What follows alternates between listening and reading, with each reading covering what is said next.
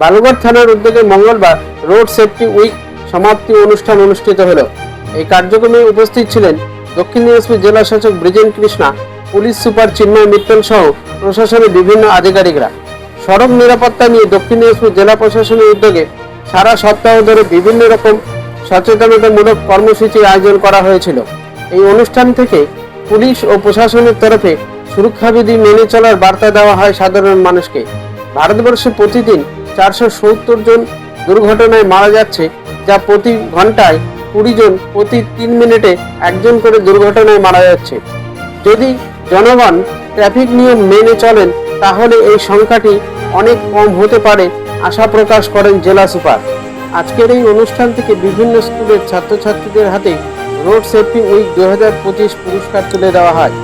আমাদের DM sir থেকে start করে অ্যাডিশনাল এসপিস, ডিএসপিস, আরটিও সাহেব, আমার পুলিশ ডিপার্টমেন্টে আদার কলিগস, তারপরে friends from media, my dear bright students, teachers, সবাইকে আমি অভিনন্দন এবং শুভেচ্ছা জানাচ্ছি। আপনারা সবাই জানেন লাস্ট 1 উইক ধরে আমাদের safe drive safe life campaign week চলছিল। তো এর মধ্যে আমরা অনেক প্রোগ্রাম অর্গানাইজ করেছি। স্পেশালি আমার যে ডিস্ট্রিক্ট ট্রাফিক টিম আছে, এই প্রোগ্রামের মধ্যে আছে হেলমেট ডিস্ট্রিবিউশন থেকে স্টার্ট করে different awareness campaign at schools, colleges. আজকে যেমন একটা আমরা ব্লাড ডোনেশন ক্যাম্প করছি, মাঝখানে সিট অ্যান্ড ড্র কম্পিটিশন হয়েছে সেফ ড্রাইভ সেফ লাইফ ক্যাম্পেইনের থিম উপরে। তো আমি আমার জেলাবাসীকে অনেক ধন্যবাদ জানাচ্ছি। প্রত্যেক প্রোগ্রামে আমরা ওদের ভালো কোঅপারেশন পেয়েছি এবং পার্টিসিপেশন পেয়েছি। এই প্রোগ্রামের উদ্দেশ্য একটাই কি আমরা সেফ ড্রাইভ সেফ লাইফ ও ট্রাফিক আইনের যে বার্তা আছে ওরা জনসাধারণের মধ্যে পৌঁছাতে পারবো। ট্রাফিক আইনকে মানা কতটা নেসেসারি ওর জন্য আমি একটা ফিগার বলতে চাইছি।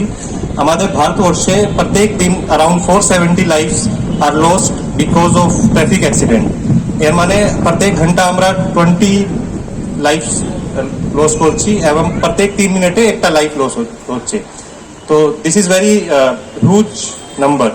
তো যদি আমরা একটু সতর্ক হয়ে চলি, ট্রাফিক যে নিয়ম আছে ওটাকে মেনে চলি, একটু মানে সবার যে সেফটি ভেবে আমাদের রোড ব্যবহার করি, তো আমি আশা করছি আমরা এই ডাটাটা কমাতে পারবো।